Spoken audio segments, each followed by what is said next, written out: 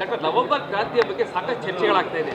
CM ಬದಲಾವಣೆಗಳು ಆಗ್ತಿದೆ ನವೆಂಬರ್ನಲ್ಲಿ ಅನ್ನುವಂಥ ನೋಡಿ, ಆ ಕ್ರಾಂತಿ ಇದ್ರ ಬಗ್ಗೆ ಎಲ್ಲ ನನಗೇನೂ ಗೊತ್ತಿಲ್ಲ. ನನಗೆ ಗೊತ್ತಿರೋ ಪ್ರಕಾರ ತಂದೆಯವರು ಕೊಟ್ಟಿರೋ ಮಾಹಿತಿ ಪ್ರಕಾರ ಹೈಕಮಾಂಡ್ ಆಗಲಿ ಅಥವಾ ಬೇರೆ ನಾಯಕರುಗಳಾಗಲಿ ಯಾರೂ ಕೂಡ ತಂದೆಯವ್ರಿಗೆ ನೀವು ನವೆಂಬರ್ ಆದಮೇಲೆ ಅಧಿಕಾರ ಬಿಡಿ ಅಂತ ಹೇಳಿಲ್ಲ.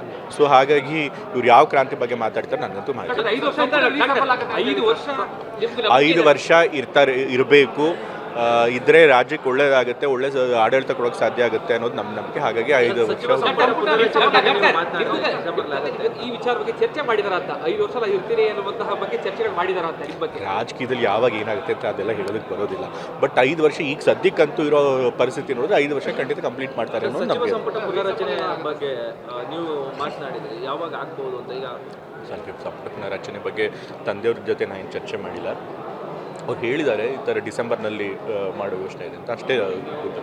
ಡಾಕ್ಟರ್, ಈಗಲೂ ಸಿದ್ದರಾಮಯ್ಯನವರಿಗೆ ಶಾಸಕರ ಬಲ ಇದೆ ಅಂತ ನಿಮಗೆ ನಂಬಿಕೆ ಇದೆ? ಸಂಪೂರ್ಣವಾದಂತಹ ಖಂಡಿತ ಶಾಸಕರ ಬೆಂಬಲ ಖಂಡಿತ ಇದೆ.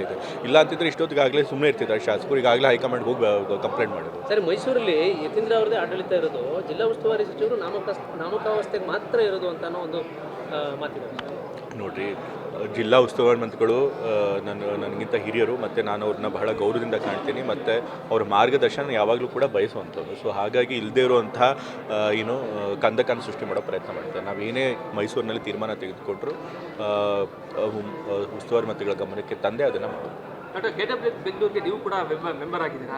ಅಂದರೆ ಯಾವಾಗ ಜಾರಿ ಬರುತ್ತೆ, ಯಾವಾಗ ಎಲೆಕ್ಷನ್ ಆಗಿ ಜಿಲ್ಲಾ ಪಂಚಾಯತ್ ಇರ್ಬೋದು ಅವೆಲ್ಲ ಯಾವಾಗ? ಗ್ರೇಟರ್ ಬ್ಯಾಂಗ್ಳೂರ್ದು ಒಂದು ಸಭೆ ನಡೆಸಿದ್ರು, ಮೊದಲನೇ ಸಭೆ. ಅಲ್ಲಿ ಚುನಾವಣೆ ಬಗ್ಗೆ ಎಲ್ಲ ಏನೂ ಮಾತನಾಡಿಲ್ಲ. ಆ ಸಭೆಯಲ್ಲಿ ಗ್ರೇಟರ್ ಬ್ಯಾಂಗ್ಳೂರಲ್ಲಿ ಏನೇನು ಆ್ಯಕ್ಷನ್ ಪ್ಲ್ಯಾನ್ ಹಾಕ್ಕೊಂಡಿದ್ದಾರೆ ಅದ್ರ ಬಗ್ಗೆ ಸ್ವಲ್ಪ ವಿವರಣೆ ಕೊಟ್ಟರು. ಮತ್ತು ನಮ್ಗಳಿಂದ ಏನಾದರೂ ನಿಮ್ಮದು ಫೀಡ್ಬ್ಯಾಕ್ ಇದೆಯಾ ಅಂತ ಕೇಳಿದ್ರು. ಅದು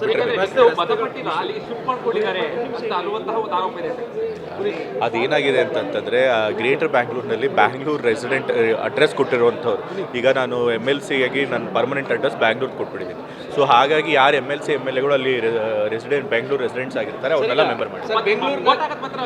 ನಾನು ವೋಟ್ ಇರೋದು ವರ್ಣ, ಬಟ್ ಅದನ್ನು ಪರ್ಮನೆಂಟ್ ಅಡ್ರೆಸ್ ಕೊಟ್ಟಿರೋದು MLCದು ಅದು. ಸೊ